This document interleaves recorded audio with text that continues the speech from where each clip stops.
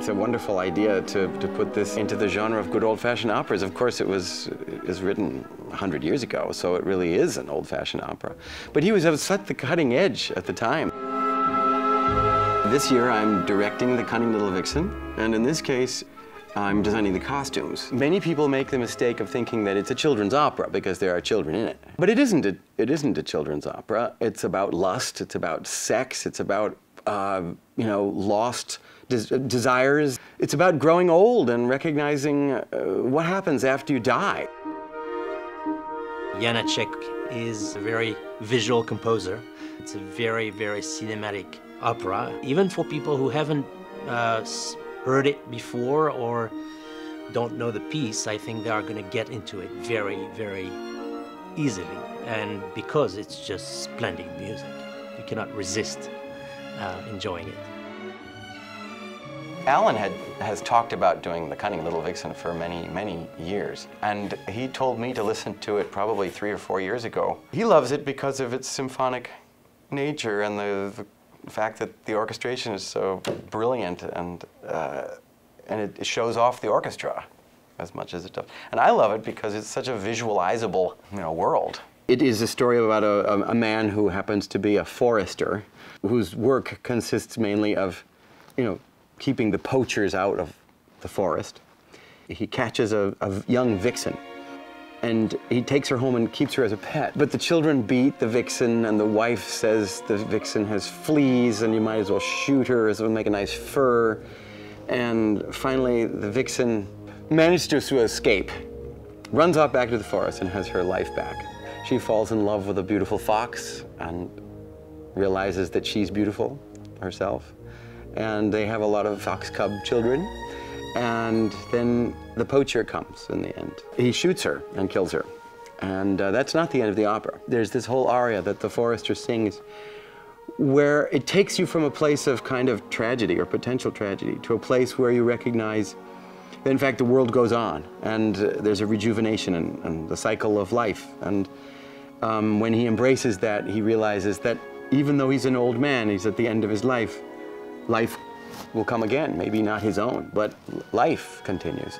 In the very beginning of the opera, the forester is taking a nap in the forest, and a little frog kind of jumps on his nose, and he's startled, and he get off me, and he sees the frog again at the very end of the piece, and he says, "I know you," and the frog says, "No, you don't. That was my granddaddy." All these generations have happened, and he's sort of taken his own life for granted during that time.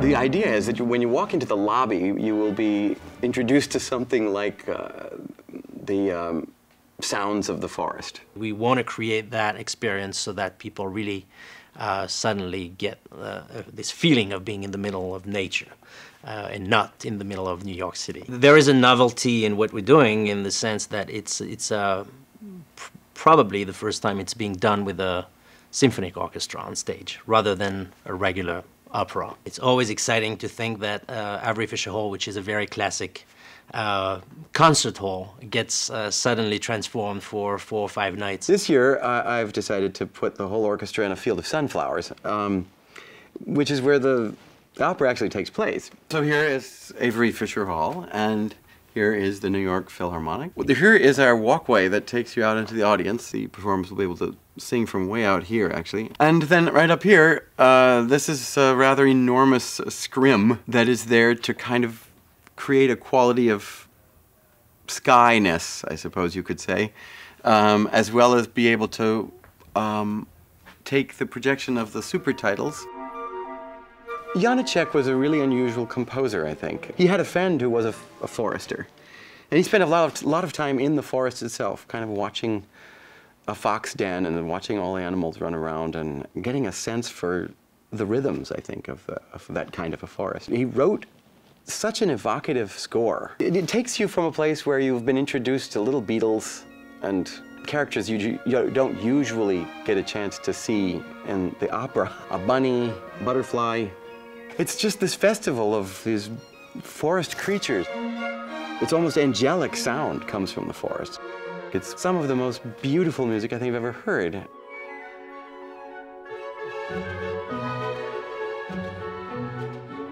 I get a lot of inspiration just walking outside in my neighborhood, Sunset Park here. I see young people and old people, and I just see people wearing the most amazing, ordinary clothing. And then you're walking down the street and you see a trash can and you say, if a kid gets in a trash can, he could be a great Beatle. Doug Fitch has done an incredible amount of work, of research. I mean, he's been going into those shops where usually you would go to really consume, and he has bought all these things. And literally with the whole wardrobe department, they would transform those costumes into something which is absolutely not the intended goal of them. I think it's going to be just amazing visually on that level. How do you make a person into a mosquito? It's just these leggings you can find at American Apparel. This down vest from Patagonia. He's wearing a backpack, which I thought was funny because it would be filled with blood as a mosquito. What's great about this opera is it demands that you take some extreme abstract approach. There's no realism allowable.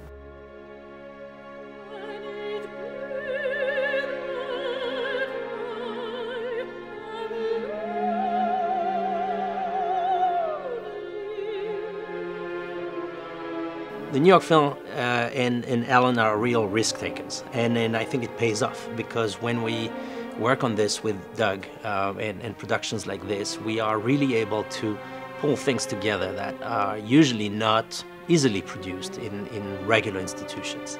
And I think that's the strength of this series that Alan has initiated, the Grand Macabre and Vixen, and I think that the audience needs this. I think New York needs it.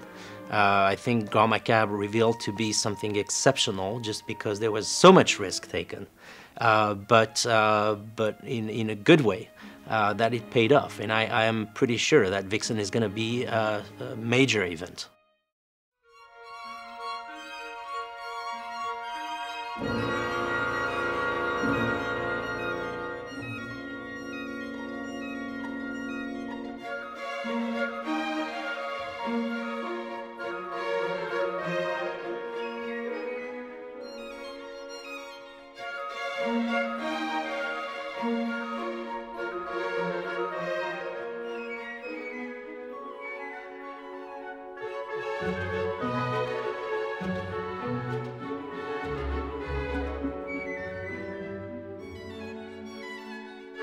Thank you.